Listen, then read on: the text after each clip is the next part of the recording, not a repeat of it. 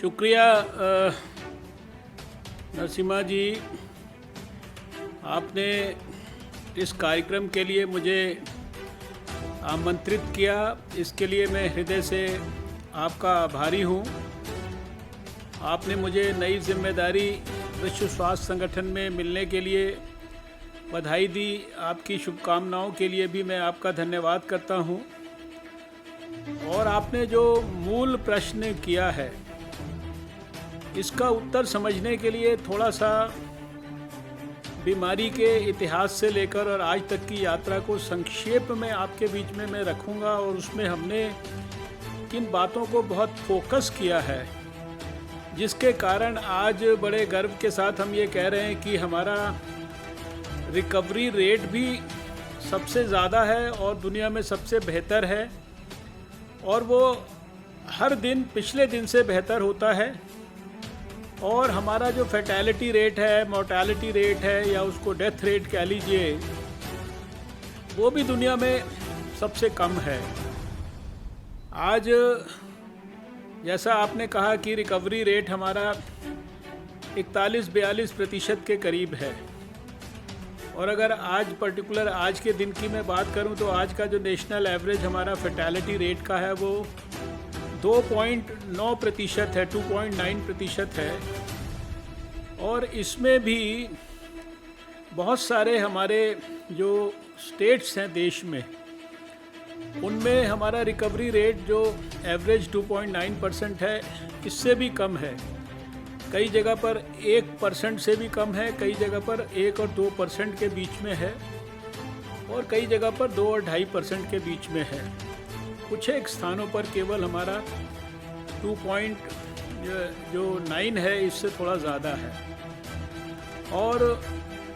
ये आपने ठीक कहा कि अभी 1,30,000 के करीब देश में हमारे केसेस हुए हैं। पहला केस 30 जनवरी को हुआ था और आज लगभग 4 महीने हो गए हैं, और अभी तक हमारे देश में करीब 55,000 जो मरीज़ हैं, इस 1,30,000 में से वो ठीक होकर घर चले गए हैं। लगभग 3,500 और 4,000 के बीच में जो है लोग दुर्भाग्य से मृत्यु का शिकार हुए हैं, और बाकी सब लोग वो एक प्रकार से they are on road to recovery. आने वाले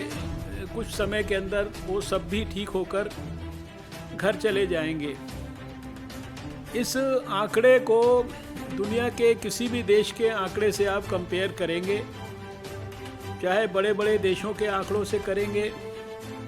भारत की 135 करोड़ आबादी के परिप्रेक्ष्य में करेंगे, या दुनिया के अभी जैसे आपने छोटे कई देशों का भी, जिनका जो संख्या की दृष्टि से या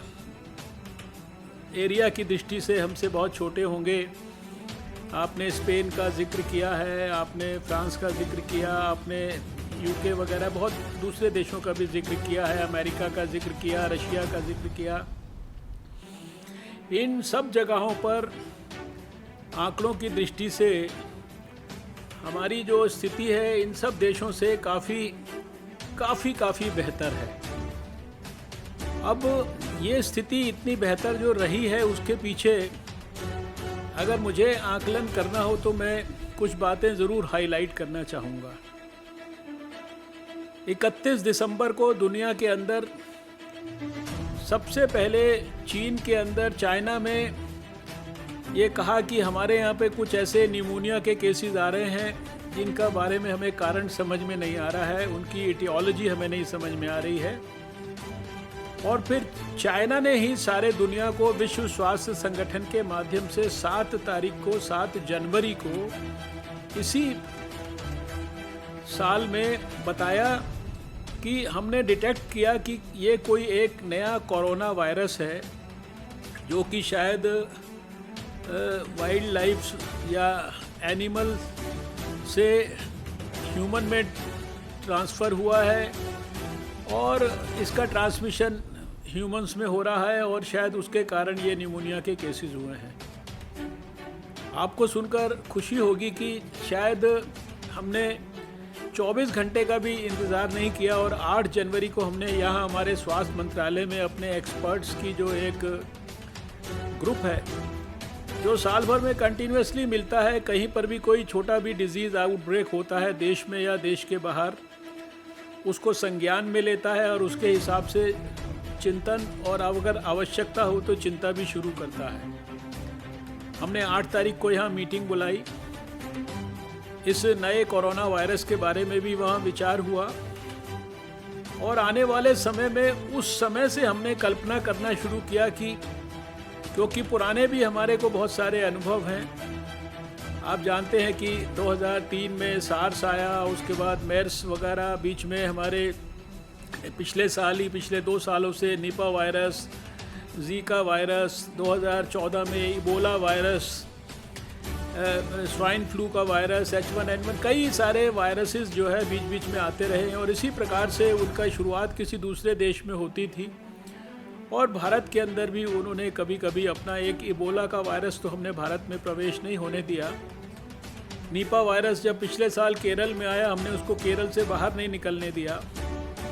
तो ये अनुभव जो पुराने थे उनके सबके आधार पर हम लोगों ने अपनी तैयारी शुरू की। 17 जनवरी को हमने सारे डिटेल्ड हेल्थ एडवाइजरीज पूरे देश में सारे स्टेट गवर्नमेंट्स को, हेल्थ मंत्रालय जो थे वहाँ के, उनको दे दी थी कि अगर कोई ऐसी परिस्थिति आती है कि हमारे देश में हमारे किसी स्टेट में केस आता है तो हमें क्या करना है। उसके साथ साथ जिसको हम कहते हैं पॉइंट ऑफ एंट्री सर्वेलेंस, तो क्योंकि केसेस चाइना में हो रहे थे, वुहान में हो रहे थे, तो हमने चाइना से और उधर हांगकांग से, उधर से आने वाले जो पैसेंजर्स थे उनकी स्क्रीनिंग हम लोगों ने तुरंत शुरू कर दी 7 एयरपोर्ट्स के ऊपर। 2-3 दिन के अंदर 7 एयरपोर्ट्स पे, जो मेजर 7 एयरपोर्ट्स थे। और इसके साथ साथ हमने एंटिसिपेट करके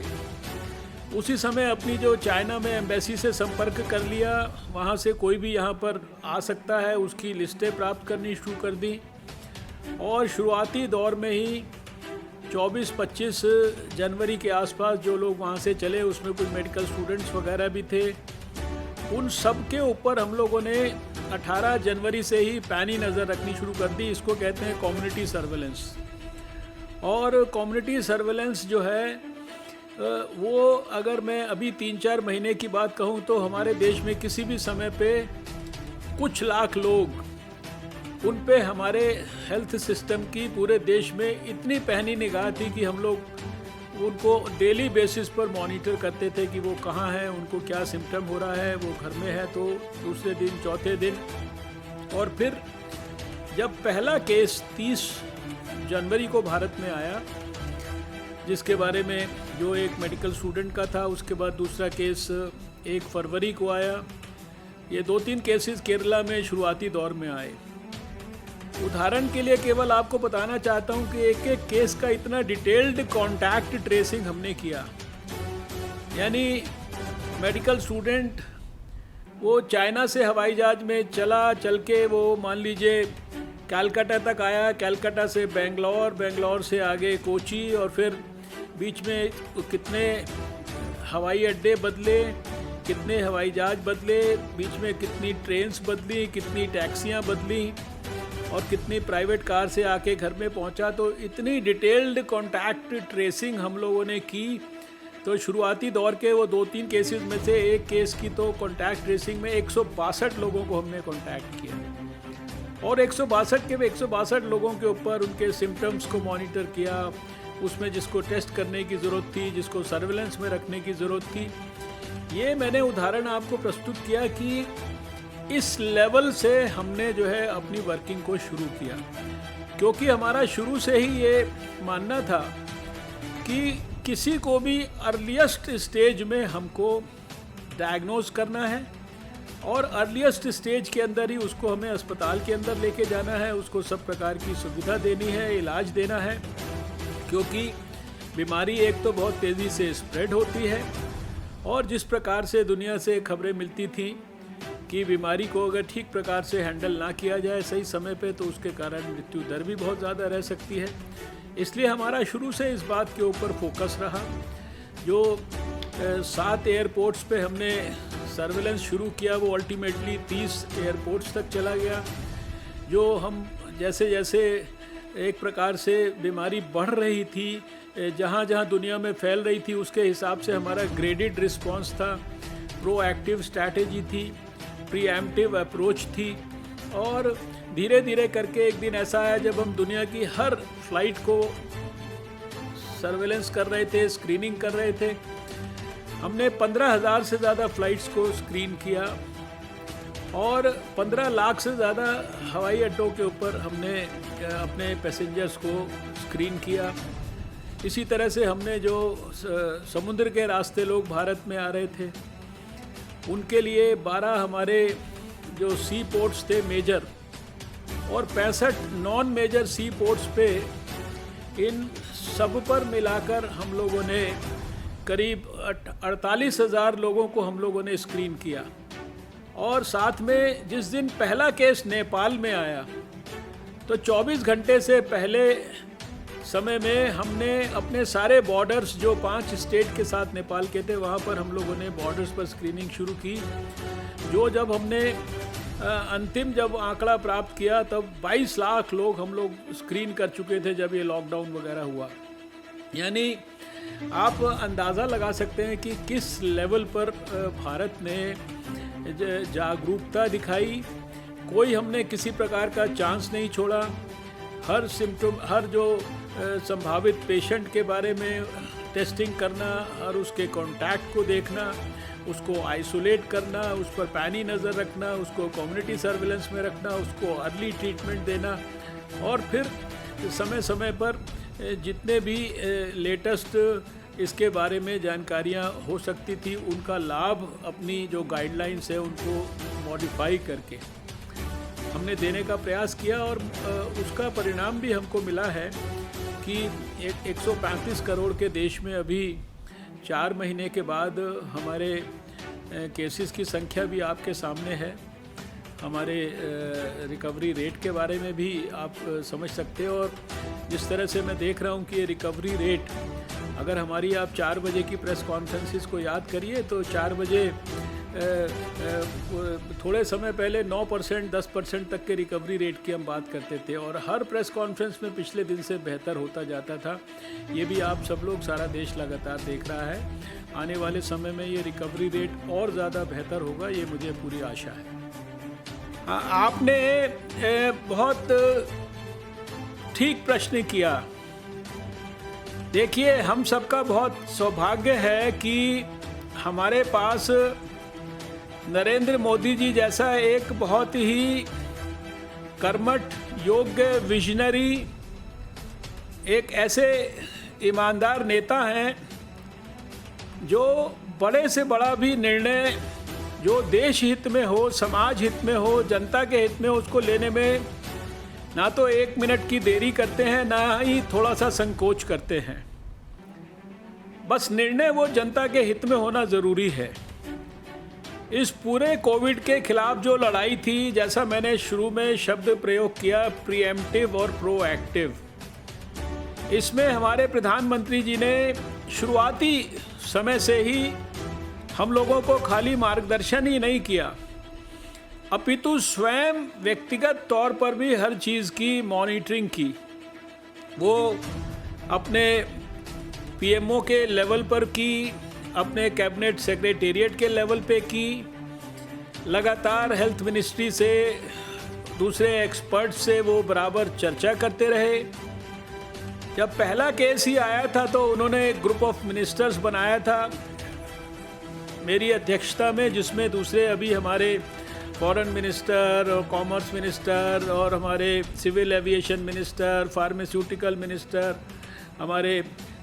होम के स्टेट मिनिस्टर, ये सारे लोगों को और भी दूसरे सीनियर ऑफिसर्स को रखा। उस ग्रुप ने भी 15 मीटिंग्स की। और मैं आपको ध्यान दिलाना चाहता हूँ कि मार्च के महीने में दूसरे हफ्ते में दिल्ली में कुछ दुर्भाग्यपूर्ण जब घटनाएं हुई, जिसके कारण इन्फेक्शन दिल्ली से सारे देश में ट्रैवल किया, तो फिर प्रधानमंत्री जी ने ज़्यादा समय नहीं लिया बोल्ड डिसीजन लेने में, और आपने देखा कि सबसे पहले उन्होंने एक बहुत बड़ी इनोवेटिव एक्सरसाइज की 22 मार्च को, जिसको हम जनता कर्फ्यू के नाम से याद करते हैं। और वो शायद दुनिया के इतिहास का एक ऐसा अनूठा उदाहरण है कि एक प्रधानमंत्री की अपील पर बिना किसी कानूनी सहायता के, बिना किसी पनिशमेंट के डर के, वॉलंटरीली देश के 135 करोड़ लोग वो अपने आप को एक तरह से सेल्फ लॉकडाउन के अंदर जो है वो पहुंचा दें, घर से बाहर ना निकलें। और प्रधानमंत्री के कहने पर 5 मिनट के लिए 5 बजे घर से बाहर आकर देश के स्वास्थ्य कर्मियों का अभिनंदन करने के लिए सिंबॉलिक प्रदर्शन करें। और उसके बीच में उनके मन की ये मंशा थी कि वो देश को तैयार कर रहे थे। किसी ने उस समय नहीं समझा कि वो क्या तैयारी कर रहे हैं, क्यों कर रहे हैं, लेकिन बाद में सबको रिट्रोस्पेक्ट में समझ में आया कि उन्होंने देश की तैयारी की, और देश की तैयारी करके उन्होंने फिर 2 दिन के बाद ही जो है ये 25 तारीख से लॉकडाउन की घोषणा कर दी। उसके लिए फिर से अपील की, और जिस प्रकार से उनके व्यक्तित्व को भारत के लोगों ने 2-2 बार उनको प्रधानमंत्री बना के स्वीकारा है, उनके विजन को अप्रिशिएट किया है, लोगों ने उसको अक्षरशः पालन किया और लॉकडाउन सफल हुआ। लॉकडाउन का एक चरण हुआ, लॉकडाउन का दूसरा चरण हुआ, और हमने ये देखा कि भारत ने ये लॉकडाउन बिल्कुल ठीक समय पे, जब उसको करने की ज़रूरत थी, बड़ा बोल्ड डिसीजन था ये। 135 करोड़ लोगों के देशों में पूरे देश को बंद कर देना, स्टैंड स्टिल कर देना, सारे हवाई जहाज बंद कर देना, सारी रेलें बंद कर देना, सारी दुकानें बंद कर देना, सारे शॉपिंग मॉल सब कुछ बंद कर देना, एजुकेशनल इंस्टीट्यूशंस बंद कर देना, और सारे देश को कहना कि आप घर के अंदर रहो। ये छोटी बात नहीं थी। दुनिया के दूसरे विकसित देशों के अंदर जो है इस फैसले को करने में लोगों ने बहुत सोचा, बहुत दिन वेस्ट कर दिए, और बहुत सारे देशों में तो जब बहुत बड़ी संख्या में लोगों के वहाँ पर मौतें होने लगी, स्थिति आउट ऑफ कंट्रोल हो गई, तब उन्होंने इसके बारे में, लॉकडाउन के बारे में, वो भी अधिकतर स्थानों पे कोई पार्शियल लॉकडाउन किया, कोई हाफ हार्टेड लॉकडाउन किया।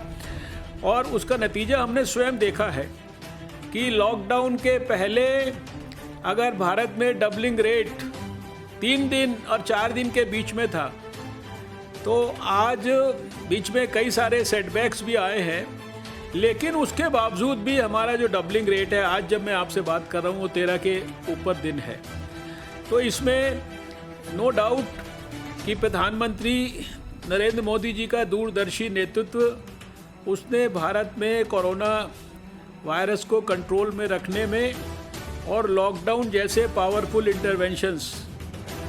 और मैंने तो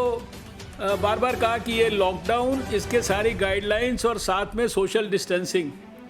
इन दोनों ने मिलाकर एक बहुत बड़ी पोटेंट सोशल वैक्सीन का काम किया है। और प्रधानमंत्री जी के निर्देश पर सारे देश ने जो बेसिक बातें बताई गई उनको बहुत गंभीरता से फॉलो किया, और उसी के निश्चित रूप से बेहतर परिणाम हमको देखने को मिले हैं। देखिए, अब सच बात यह है कि ये बात पुरानी हो गई है, इस पे चर्चा भी बहुत हो चुकी है, इसका विश्लेषण भी बहुत हो चुका है। हमको कहते हुए, बार बार इस विषय को रेस करते हुए तकलीफ़ और कष्ट भी होता है, लेकिन इसमें कोई दो मत नहीं है कि मार्च के दूसरे सप्ताह के आसपास अगर आप ध्यान करेंगे, तो जब दुनिया में तेज़ी से संक्रमण हो रहा था और भारत में पहला केस आने के बाद 1.5 महीना बीत चुका था, तब भी हमारे देश में जो केसेस थी उनकी संख्या बहुत मामूली थी। थोड़े से स्टेट्स में थोड़े से केसेस थे, और उस समय ये दुर्भाग्यपूर्ण, दुखद और गैर जिम्मेदाराना घटना ये दिल्ली में हुई। और इस घटना में, जहाँ पर ये घटना हुई, वहाँ पर ना तो कोई सोशल डिस्टेंसिंग थी। दिल्ली में कानूनन भी उस समय ये ऐसी स्थिति थी कि शायद 10-15 से ज़्यादा लोग कहीं एक साथ इकट्ठे नहीं हो सकते थे और उस समय कम से कम 1-1.5 दर्जन देशों के लोग वहाँ पर आए हुए थे। और आप जानते हैं कि वो समय जो था, सारे दुनिया में बहुत सारे देशों से जो आने वाले लोग हैं वही बीमारी भारत में ला रहे थे और उनका यहाँ पर बिना सोशल डिस्टेंसिंग के हज़ारों लोगों के साथ मिलजुल कर रहना, एडमिनिस्ट्रेशन की बगैर सूचना जानकारी के, और फिर वो जब जानकारी मिली उसके बाद उनको वहाँ से हटाया भी गया। बहुत सारे लोग वहाँ से पहले ही अपने हिसाब से जा चुके थे और उसके कारण शायद सारे देश में हर प्रांत में केसेस की अचानक संख्या बढ़ी। लेकिन मैं देश में सभी स्टेट गवर्नमेंट्स को और उनके विशेषकर स्वास्थ्य मंत्रालय जो हैं उनको, और जो इस काम के अंदर होम मिनिस्ट्री की और हमारे बहुत सारे वरिष्ठ जो संबंधित अधिकारी हो सकते हैं, इस विषय के जानकार एक्सपर्ट्स, उन लोगों ने जो मदद किया, इसमें हमारा आईटी डिपार्टमेंट का भी योगदान था, हमारे जो एनएसए थे उनका भी योगदान था, हेल्थ मिनिस्टर होम मिनिस्टर, उन्होंने भी बहुत गहराई से मदद किया, सभी लोगों ने मदद किया। और फिर सारे देश भर में जो मैंने शुरू में बात किया कॉन्टैक्ट ट्रेसिंग वगैरह की, इतनी गहराई और गंभीरता से कॉन्टैक्ट ट्रेसिंग की गई कि हज़ारों लोगों को भी जो है एक एक करके ढूंढा गया, उनके कॉन्टैक्ट्स को ट्रेस किया गया, आइसोलेट किया गया। एक बहुत बड़ा झटका उस समय देश को लगा और जब इतनी तेज़ी से सारे देश में ये केसेस फैले तो उसके परिणाम स्वरूप ये लॉकडाउन इत्यादि का भी जो ड्रास्टिक स्टेप है लेने के लिए सरकार ने निर्णय किया। लेकिन अभी उसकी चर्चा करने की कोई ज़रूरत नहीं है क्योंकि वो ज़्यादातर लोगों को ट्रेस किया गया, उनको इलाज किया गया, उनको सेपरेट किया गया, क्वारंटाइन किया गया। अभी तो 2 हफ्ता पहले मैं दिल्ली के अंदर एक कोविड केयर सेंटर में गया तो बहुत सारे ऐसे जो मरकज़ के साथ जुड़े हुए लोग थे उनको 28 दिन क्वारंटाइन में रहकर ठीक होने के बाद उनको उनके प्रदेश में, तमिलनाडु में, आंध्र प्रदेश में, जम्मू कश्मीर में और भी दूसरे स्थानों पर जो विदा करने का भी मैंने काम किया। इसलिए अभी उस विषय को चर्चा करने का ज़रूरत नहीं है। वो दुर्भाग्यपूर्ण घटना थी, लेकिन देश के अंदर सब वर्ग और सब समुदाय के लोगों के लिए एक सीख है कि जब देश मिलकर कोई फैसला करता है तो उसमें जो अनुशासन है वो उसको सबको बराबर पालन करना चाहिए। वो सबके लार्जर इंटरेस्ट में होता है, सोसाइटी के स्वास्थ्य के लिए भी और सोसाइटी की सुरक्षा के लिए भी। देखिए, मैं 2 बातों का स्मरण कराना चाहता हूँ कि पिछले 2 महीने में बहुत सारे देश के एक्सपर्ट्स ने और एक विदेश से भी वैज्ञानिक आए थे। वो अमेरिका के एक प्रतिष्ठित संस्थान के डायरेक्टर थे। उन्होंने भी बहुत सारे टेलीविज़न चैनल्स को इंटरव्यू दिए और कई विदेशी यूनिवर्सिटीज़ ने भी कई सारे मैथमेटिकल मॉडल्स के अंदर बहुत सारे प्रेडिक्शंस भारत के बारे में की थी। बहुत सारी यहाँ के बारे में जो है एप्रीहेंशंस व्यक्त किए थे। 300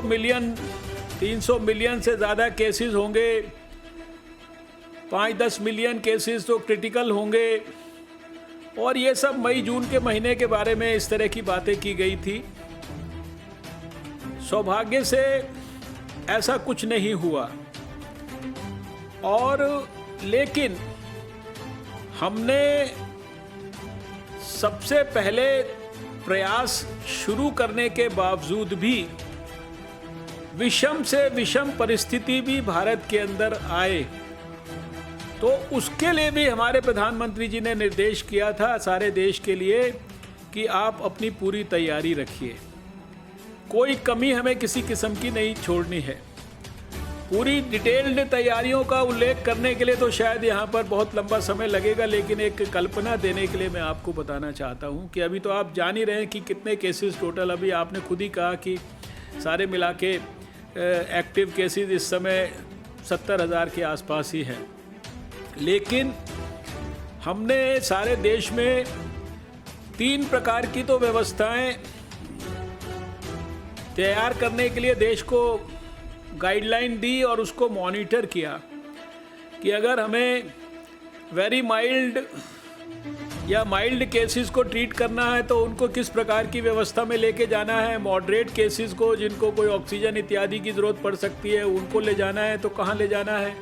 सीवियर केसेस क्रिटिकल केसेस को ले जाना है तो कहाँ ले जाना है। तो इसके लिए हमने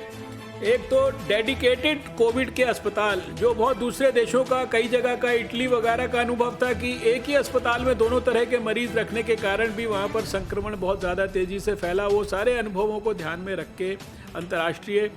हमने कोविड के डेडिकेटेड अस्पताल,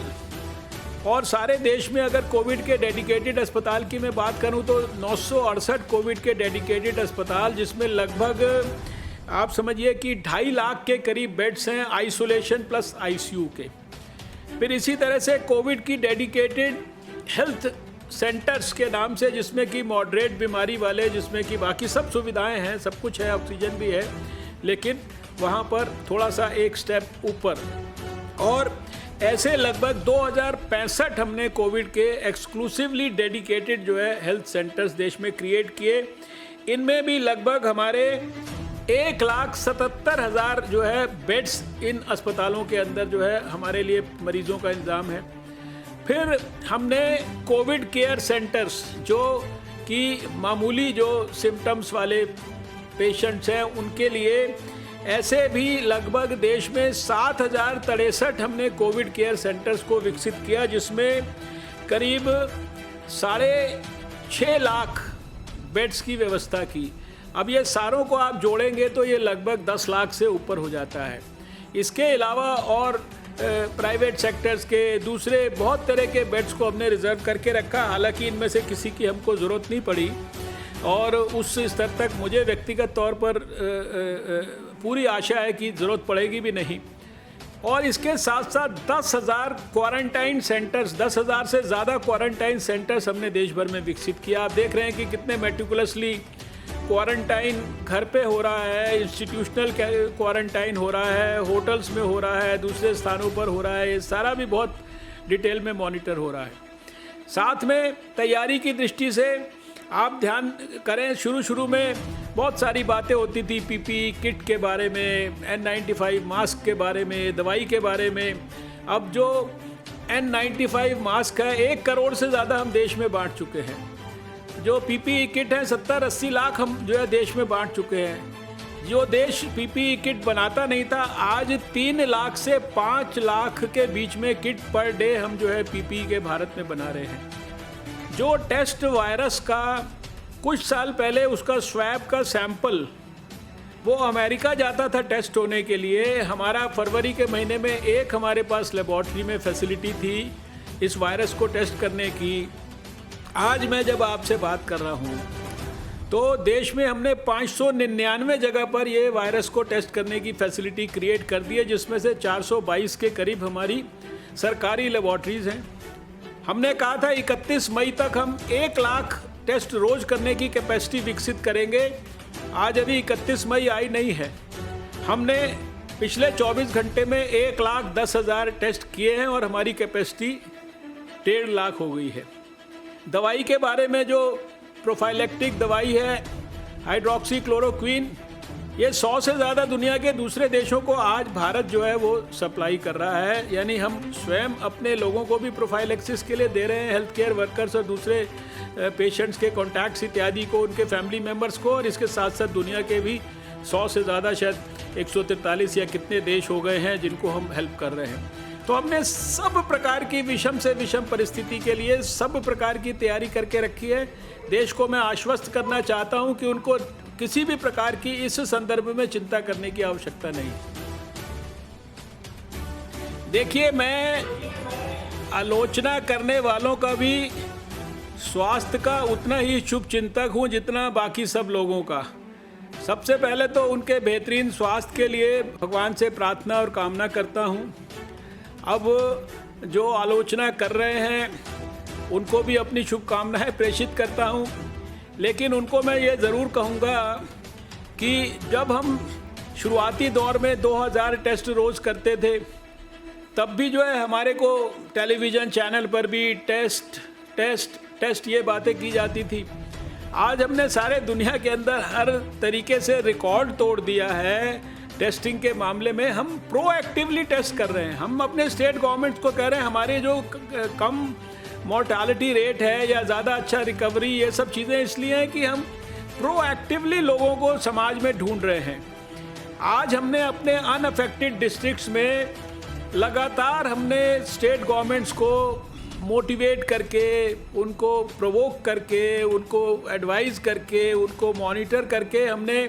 जो सारी के ILI के यानी जो सेवियर एक्यूट रेस्पिरेटरी इलनेस के, इन्फ्लुएंजा लाइक इलनेस के केसेस को करने के लिए हमने उनको कहा, एक देखने के लिए कि कहीं संक्रमण समाज में इधर उधर तो नहीं फैल रहा, हमने उनको कहा 250, 300, 400 अब एक डिस्ट्रिक्ट में टेस्ट किए। हमारे जो स्टेट गवर्नमेंट्स ने 5-5, 6-6, 7-7 हज़ार टेस्ट एक उसमें डिस्ट्रिक्ट में कर दिया। कई स्टेट्स ने बहुत अच्छा किया, लेकिन सारे देश भर में इस प्रकार से इतना प्रोएक्टिवली हम लोग टेस्ट कर रहे हैं कि कोई हम किसी तरह की कसर नहीं छोड़ रहे हैं। और ढूंढ के और दिन प्रतिदिन हमने अपनी टेस्टिंग की गाइडलाइंस को और ज़्यादा स्ट्रेंथन किया और इम्प्रूव किया और ज़्यादा थॉरोली इंक्लूसिव किया। इसलिए अभी कोई क्रिटिसिज्म करने के लिए कुछ भी करता रहे। आज दुनिया में दुनिया के दूसरे देश भी और भारत के अंदर लोग भी और औपचारिक तौर पर विश्व स्वास्थ्य संगठन ने भी भारत के प्रयासों की हर मंच पर सराहना की है। और कोई आज हमारे को ये नहीं कहता कि आप टेस्ट कम कर रहे हो। हर एक व्यक्ति भारत के मॉडल को समझना चाह रहा है और भारत के मॉडल को फॉलो करके रेप्लिकेट करना चाह रहा है। देखिए, सारे दुनिया में आज मैं बड़े गर्व के साथ कह सकता हूँ कि हमारा जो इंटीग्रेटेड डिजीज़ सर्वेलेंस प्रोग्राम है IDSP, ये दुनिया का सबसे रॉबस्ट प्रोग्राम है। और इस प्रोग्राम के आधार पर हम बड़े कॉन्फिडेंस के साथ हमारे देश में कहाँ पर बीमारी है, कितनी मात्रा में है, किस डिस्ट्रिक्ट में है, किस ब्लॉक में है, किस ज़िले में है, किस प्रदेश में है, ये सारी चीज़ों की हमको विस्तार से जानकारी है। और पिछले सालों में भारत ने बड़े बड़े बीमारियां यहाँ पर आईं,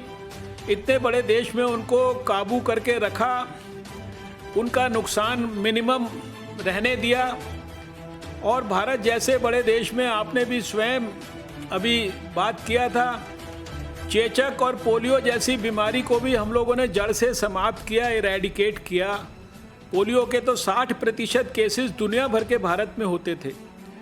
तो आज सारे देश में हमको बीमारी का जो लोकेशन है वो because of our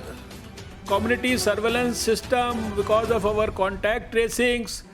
because of our integrated disease surveillance mechanism, because of our surveillance officers at the district level, हमारी रैपिड रिस्पांस टीम्स, हमारे मेडिकल कॉलेज का स्टाफ, हमारे all India institute of medical sciences जिनको हमने इन कामों में लगाया है, हमारे सारे हेल्थ डिपार्टमेंट की ये जो मशीनरी और उसको सपोर्ट करने वाला बाकी सारे डिपार्टमेंट्स, इन सबके कारण जो आपने कहा, ठीक कहा कि 20% जो सारे केसेस हैं वो 27 स्टेट्स और डिस्ट्रिक्ट्स के अंदर जो यूनियन टेरिटरीज़ में है, और जो 80% केसेस हैं ये हमारे केवल 5-6 स्टेट्स के अंदर हैं। और उन 5-6 स्टेट्स के अंदर भी हमारे जो शहर हैं वो प्रमुख रूप से 5-6 शहर हैं जिनके अंदर हमारे को वो केसेस के बारे में पूरी जानकारी है। इन सब स्थानों पर बहुत पैनी निगाह से जो भी स्ट्रैटेजी है उसका इस्तेमाल किया जा रहा है। भारत सरकार पूरी मदद कर रही है। यहाँ से हमारी जो एक्सपर्ट्स की टीम्स हैं लगातार जाती हैं, मॉनिटरिंग भी करती हैं, हेल्प भी करती हैं, हैंड होल्डिंग भी करती हैं। लगातार हम लोग जो है बराबर सारे देश से वीडियो कॉन्फ्रेंसिंग कर रहे हैं। प्रधानमंत्री जी मुख्यमंत्रियों से करते हैं, हम स्वास्थ्य मंत्रियों से करते हैं, हमने डीएम्स तक से जो है ये जो रेड जोन्स हैं उनके डीएम्स तक से जो है वीडियो कॉन्फ्रेंसिंग की है। अभी कल ऐसी कॉरपोरेशंस के साथ यहाँ हमारे स्वास्थ्य मंत्रालय में वीडियो कॉन्फ्रेंसिंग हुई, जो कुछ मेन कॉरपोरेशन है ऐसी 25-30 जहाँ ज़्यादा केसेस हैं। तो कहने का अभिप्राय ये है कि इन थोड़े से स्थानों पर भी अगर आज हमने लॉकडाउन को तीसरे और चौथे चरण में शुरू होने के पहले अगर इतना रिलैक्स किया है और इतने कॉन्फिडेंस से हम इतनी बड़ी संख्या में माइग्रेंट वर्कर्स को लाखों की तादाद में अपने उनके गंतव्य स्थान पर भेज रहे हैं ट्रेन्स के अंदर, तो ये इस बात का परिचायक है कि हमें अपनी स्थिति का अनुमान भी है, अपनी स्थिति पे हमारी पैनी निगाह भी है, और हम जहाँ जहाँ केसेस बढ़ रहे हैं, घट रहे हैं, इस सब को नज़र में रखते हुए हमारी सारी की सारी स्ट्रैटेजी डायरेक्टेड है। हम इनको माइग्रेंट वर्कर्स के इनके टेस्ट भी कर रहे हैं, इनके अंदर से सिम्टम्स वालों को अलग कर रहे हैं, पॉजिटिव वालों को अलग कर रहे हैं, उनको क्वारंटाइन कर रहे हैं, और जो जो कुछ करना आवश्यक है सब कुछ कर रहे हैं। इसलिए मैं ये समझता हूँ कि 1-2 सप्ताह तो जब तक हम ये सब लोगों को अपने अपने स्थानों पर भेजने में लगाएंगे, तब तक थोड़ा बहुत ये हमारे केसेस में स्पाइक वगैरह रहेगा। लेकिन जो आपने कहा, देश के लोगों से हमारा यही कहना है कि अगर लॉकडाउन को रिलैक्स किया गया है तो जितना रिलैक्स आपके लिए किया गया है उतना ही आप रिलैक्सेशन को इस्तेमाल करिए, उसके ऊपर ओवरबोर्ड ना जाएं, डिसिप्लिन को आप मत तोड़िए, और 4-5 जो प्रमुख बातें आपको बार बार कही जा रही हैं, और ये बात मैं खाली स्वास्थ्य मंत्री के रूप में नहीं, ये डॉक्टर के रूप में भी आपको कहना चाहता हूँ कि कोई आपको कोरोना का वायरस प्रभावित नहीं कर सकता। अगर आप जो एक बात प्रधानमंत्री जी ने बार बार बड़े खूबसूरत ढंग से कही, 2 गज की दूरी की बात, जिसको हम लोग सोशल डिस्टेंसिंग, फिज़िकल डिस्टेंसिंग के रूप में बात करते हैं, या ये जो मास्क है, ये मास्क को आप जितना ज़्यादा लगा कर रखेंगे, ये मास्क जो है आपके प्राणों की उतनी ही ज़्यादा अच्छी तरीके से कोरोना वायरस से रक्षा कर सकता है। हाथों को जितना अच्छी तरीके से साबुन से और पानी से धोकर रखेंगे, और किसी सरफेस पे टच करने के बाद ध्यान रखेंगे कि धोएं, अपनी जो सरफेसेस का इस्तेमाल करते हैं उनको ठीक से क्लीन करके रखेंगे, या अपने गंदे हाथों को मुंह पर, नाक पर, आँख पर नहीं लेके जाएंगे, और घर में जाने के बाद स्नान करेंगे। घर में अपने बुज़ुर्गों का आप विशेष रूप से ध्यान रखेंगे, घर में बच्चों का, और जैसा कहा गया है कि जो गर्भवती महिलाएं हैं उनको अभी हम बाहर ना निकालें। इन बातों पर अगर हमने विशेष ध्यान किया, और जहाँ जहाँ लॉकडाउन के प्रिंसिपल्स के अंदर रिलैक्सेशन की गई है, कोई अगर दुकान खोलने का आपको मौका दिया गया है, कोई किसी स्थान को, एक्टिविटी को, ऑफिस को दूसरी जगह पे शुरू करने का मौका दिया गया है, या अगर हवाई जहाज से भी जाने का आपको मौका दिया जा रहा है, तो ये बेसिक अगर प्रिंसिपल्स को हम जगह जगह फॉलो करेंगे तो शायद हमें नॉर्मल लाइफ रिस्टोर करने में भी सफलता मिलेगी, और हम अपने सोसाइटी को कोरोना के फर्दर किसी भी प्रकार के प्रकोप से भी बचा पाएंगे। तो ये जो लॉकडाउन खुल रहा है, ये मान के चलिए ये एक तरह से हम बेहतर कंट्रोल की तरफ बढ़ रहे हैं, इसलिए ये खुल पा रहा है। देखिए, वैक्सीन के बारे में आपने जैसा कहा है कि वैक्सीन को खोजने का प्रयास सारी दुनिया में हो रहा है। सारे दुनिया में भी 100 से ज़्यादा वैक्सीन कैंडिडेट्स हैं जो अलग अलग स्तर पर काम कर रहे हैं। विश्व स्वास्थ्य संगठन भी उस सारे एफर्ट को कोऑर्डिनेट भी कर रहा है। भारत भी उस एफर्ट में एक्टिवली कंट्रीब्यूट कर रहा है। हमारे यहाँ पर भी इस समय 14 वैक्सीन कैंडिडेट्स हैं जो अलग अलग स्तर पर काम कर रहे हैं। इसमें जो एकेडमिक वर्ल्ड है, इंडस्ट्री है, इन सबको हमारा मंत्रालय है साइंस एंड टेक्नोलॉजी, उसमें जो बायोटेक्नोलॉजी है, DST है, हम लोग उनको अलग अलग तरीके से मदद कर रहे हैं। उनको जो लोग काम कर रहे हैं उनको आगे कोई रेगुलेटरी क्लियरेंसेस देना, फाइनेंशियल सपोर्ट देना, ये सारे चीज़ों के अंदर ग्रांट्स हैं, दूसरी चीज़ें, इसमें सारी पूरी सहायता कर रहे हैं। जितनी मुझे जानकारी है, इसमें 14 में से लगभग 4 हमारे वैक्सीन कैंडिडेट्स ऐसे हैं जो अगले कुछ महीनों के अंदर 3 से 4-5 महीने में संभवतः वो क्लिनिकल ट्रायल की स्टेज में आ सकते हैं। अभी सब लोग प्री क्लिनिकल ट्रायल के फेज़ में हैं, और दुनिया में भी इसी प्रकार से अलग अलग स्तर पर काम हो रहा है। वैक्सीन कब आएगी ये किसी के लिए भी प्रिडिक्ट करना बहुत मुश्किल है, लेकिन जितना मैं एक डॉक्टर होने के नाते समझता हूँ और जिस प्रकार के ट्रायल्स की इसमें आवश्यकता होती है, एक साल भर का पीरियड तो एक मेरा ख्याल से एक मॉडेस्ट आकलन होगा, इसको तो हमें लेके चलना ही चाहिए। इसलिए फिर रिपीट करता हूँ कि जब तक असली वैक्सीन नहीं आती तब तक सोशल वैक्सीन का इस्तेमाल करिए, इस मास्क का इस्तेमाल करिए, सोशल डिस्टेंसिंग 2 गज की दूरी का इस्तेमाल करिए, और ये जो है हमारे को शायद बहुत बड़ी प्रोटेक्शन दे सकती है। आपने प्रिकॉशंस की बात की, प्रिकॉशंस तो मैंने पहले भी अभी आपको चर्चा किया कि ये ब्रॉड प्रिकॉशंस हैं। हर एक वायरस हमको कुछ ना कुछ नया सिखा कर जाता है। पुराने जितने भी वायरसेस आए हैं, चाहे वो HIV आया, चाहे वो वायरल हेपेटाइटिस का वायरस आया या कोई दूसरे वायरसेस आए, ये सब अपने हमारे लाइफस्टाइल में क्या क्या प्रिकॉशंस और लेने ज़रूरी हैं, सब ने हमें सिखाया है। कोरोना वायरस ने भी हमको कई अच्छी बातें सिखाई हैं। अगर उनको लाइफ में परमानेंटली एक अच्छी हैबिट्स की तरह हम इम्बाइब करेंगे तो ये कोई रॉकेट साइंस नहीं है कोरोना वायरस से अपने आप को बचा पाना। आपने एक और चीज़ का बीच में उल्लेख किया कि भाई क्या ये दोबारा से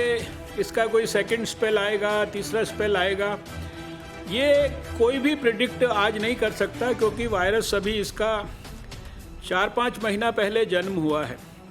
यद्यपि मेरे को ये बताते हुए आपको खुशी है कि जो दुनिया के थोड़े से देशों ने जो वायरस को आइसोलेट किया है उसमें भारत भी एक है, और हमारे CSIR में और बायोटेक्नोलॉजी में, हमारे साइंस में हम करीब 1,500 वायरसेस का हम जेनेटिक सीक्वेंसिंग कर रहे हैं, और उसमें से काफ़ी सारों का हम कर चुके हैं। अनेक प्रकार की उसमें से अध्ययन हो रहे हैं। उन अध्ययन के निष्कर्ष आने वाले वर्षों में आने वाले महीनों में निकलेंगे। दोबारा से आएगा कि नहीं आएगा, लेकिन अगर दोबारा आएगा भी और अगर देश एक बार जो कुछ उसने इस वायरस को लड़ते हुए सीखा है उसको स्मरण रखेगा तो दोबारा आने पे भी वायरस शायद हमारा कोई ज़्यादा कुछ नहीं बिगाड़ पाएगा। हम तब तक वायरस को लड़ने के लिए और ज़्यादा शिक्षित और ज़्यादा अनुभवी हो चुके होंगे। देखिए, जैसे ही कोरोना वायरस के ख़िलाफ़ हम लोगों ने जंग शुरू की थी, और मैं याद कर रहा हूँ प्रधानमंत्री जी का शायद जो पहला भाषण था उसमें ही उन्होंने घोषणा किया हमारे स्वास्थ्य मंत्रालय के लिए 15,000 करोड़ रुपए के पैकेज की, और फिर अगले ही दिन हम लोगों ने वो पैसे में से काफ़ी सिग्निफिकेंट मात्रा में पैसा सारे देश में स्टेट्स को दिया। स्टेट्स को हम लोगों ने नेशनल हेल्थ मिशन में और डिज़ास्टर के फंड्स को भी खुल के इस्तेमाल करने के लिए परमिशंस दी कि कहीं पर भी देश को कोरोना से बचाने के लिए, चाहे वो हेल्थ इंफ्रास्ट्रक्चर हो, चाहे उससे जुड़ी हुई जितनी भी ज़रूरी चीज़ें हैं उसको स्ट्रेंथन करने का विषय हो, कहीं कोई कमी नहीं रहनी चाहिए। लेकिन इस सब के ऊपर भी जो अभी 20 लाख करोड़ रुपए का पैकेज घोषित किया गया, उसके पहले शुरुआती दौर में 1,70,000 करोड़ रुपए का गरीबों के लिए पैकेज घोषित किया गया था। हमें इसको बताने में जो है फाइनेंस मिनिस्टर को 6 दिन 7 दिन लगा, इतना विस्तृत था वो। उसमें स्वास्थ्य का भी एक बहुत बड़ा विशेष ध्यान है। मैंने पहले भी कहा कि जबकि हमारा इंटीग्रेटेड डिजीज सर्वेलेंस सिस्टम दुनिया का सबसे रॉबस्ट सिस्टम है, लेकिन उसके बावजूद भी प्रधानमंत्री जी ने हम लोगों को, स्वास्थ्य मंत्रालय को सहायता करने के लिए कहा है कि जहां हम ब्लॉक लेवल तक जो है अनेक प्रकार की बीमारियों की टेस्टिंग फैसिलिटीज़, यानी टेस्टिंग फैसिलिटीज़ के अभाव में किसी गरीब आदमी का ब्लॉक लेवल पे कोई डायग्नोसिस से वंचित न रह जाए। फिर डिस्ट्रिक्ट लेवल पर जो इन्फेक्शस डिजीज़ हैं उनके डेडिकेटेड या तो अस्पताल या फिर डेडिकेटेड अस्पतालों में ब्लॉक्स, ये सब बनाने के लिए, रिसर्च के लिए, दूसरी जितनी भी इंफ्रास्ट्रक्चर को स्ट्रेंथनिंग करने के लिए जो संभावनाएं हो सकती हैं, और वो आज के लिए नहीं, वो आने वाले अगले 5-6 वर्षों के लिए एक ग्रेडेड तरीके से कैसे कैसे करना। और हमें पूरा विश्वास है कि जो हमारी नेशनल हेल्थ पॉलिसी में भी एक सोच विकसित हुई है कि हमें अपनी हेल्थ पर स्पेंडिंग को 2.5% तक लेके जाना है, वो भी हमें आने वाले वर्षों में प्रधानमंत्री जी के आशीर्वाद से बहुत जल्दी उस लेवल तक पहुंचने का मौका मिलेगा। हेल्थ के प्रति प्रधानमंत्री जी का बहुत बड़ा कमिटमेंट है, ये हम सब लोगों ने देखा है। आयुष्मान भारत योजना के माध्यम से देखा है। आज आयुष्मान भारत योजना दुनिया की सर्वश्रेष्ठ और सर्वाधिक जैसे कहते हैं एम्बिशियस प्रोग्राम के रूप में सारे देश के दुनिया के सामने प्रेजेंट हुई है। 55 करोड़ लोगों को इतना बड़ा यूनिवर्सल हेल्थ कवरेज जो है सरकार की तरफ से मिले और फिर उसमें थोड़े ही समय में 1 करोड़ से ज़्यादा लाभार्थी तो उसमें हो जाए। अभी 2-4 दिन पहले ही प्रधानमंत्री जी ने योजना की जानकारी देश को दी, आशीर्वाद दिया योजना को। तो हमारी सरकार का, प्रधानमंत्री जी का स्वास्थ्य के प्रति बहुत बड़ा कमिटमेंट है। हम सब मिलकर जनता के सहयोग से स्वास्थ्य को एक बड़ा जन आंदोलन बनाना चाहते हैं। और अगर देश के लोग एक बार ये चिंता कर ले कि उनके स्वास्थ्य की चिंता उनको भी करनी है, इसके लिए प्रधानमंत्री जी ने कई सारे मूवमेंट्स, यानी अगर फिट इंडिया मूवमेंट है तो वो खाली कहने के लिए नहीं है,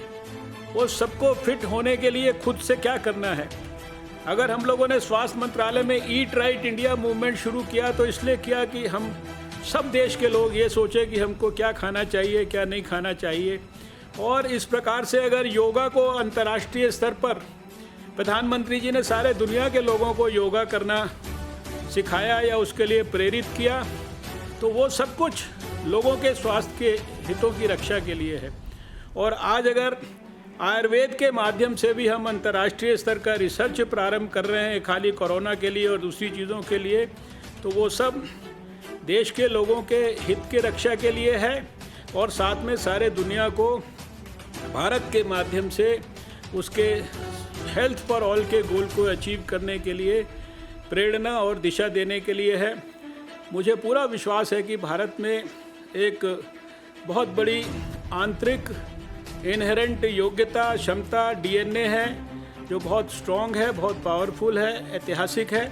और उसका जब हम सब लोग इस्तेमाल करेंगे तो भारत के लोग मिलकर सारे दुनिया के सामने सबसे पहले हेल्थ फॉर ऑल का एक सफल मॉडल विकसित करके दिखा सकते हैं जिसको सारे दुनिया के लोग फॉलो कर सकते हैं। देखिए, आपने जो अभी एस्पिरेशनल डिस्ट्रिक्ट्स की बात की, मैं सिर्फ कहना चाहता हूं क्योंकि इतनी सारी चीज़ें हैं जो प्रधानमंत्री जी के नेतृत्व में भारत ने की हैं कि शायद भारत के इतिहास में कोई प्रधानमंत्री ने इस प्रकार से एस्पिरेशनल डिस्ट्रिक्ट्स को हर प्रकार से प्रमोट करने के लिए काम नहीं किया जितना पिछली 5 साल में हमारी सरकार ने किया। लेकिन अभी लेटेस्ट मैं कहना चाहता हूं कि इस समय देश में करीब 157 नए मेडिकल कॉलेजेस इनको डेवलप करने पे काम हो रहा है, जिसमें से अभी मोदी जी के 2.0 यानी दूसरा शासन, जिसका दूसरी बार की सरकार जिसका 1 साल पूरा हुआ, इस 1 साल में जो पहला कैबिनेट डिसीजन था शुरुआती दौर का, उसमें यह था कि 75 नए और मेडिकल कॉलेज हम बनाएंगे और उनको भी प्रेफरेबली इन एस्पिरेशनल डिस्ट्रिक्ट्स में बनाएंगे।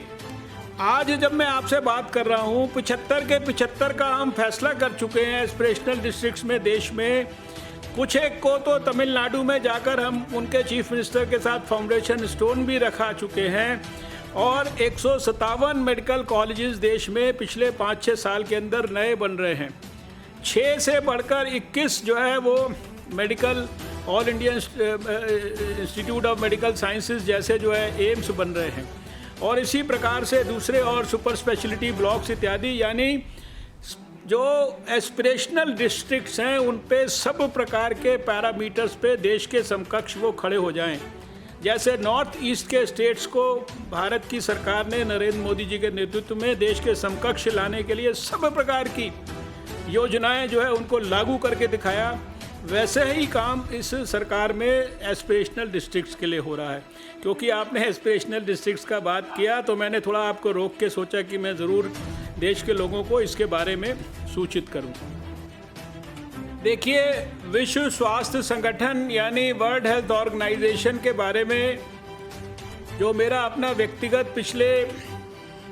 3 दशक का अनुभव है वो बहुत ही गौरवशाली है और मैं विश्व स्वास्थ्य संगठन को एक बहुत बड़ी योग्य और प्रतिष्ठित संस्था मानता हूं, जिसके पास स्वास्थ्य के क्षेत्र के साथ जुड़ी हुई अत्यंत महत्वपूर्ण जानकारियां हैं, इन्फॉर्मेशन है, नॉलेज है, अनुभव है और उसने पूरे दुनिया के देशों की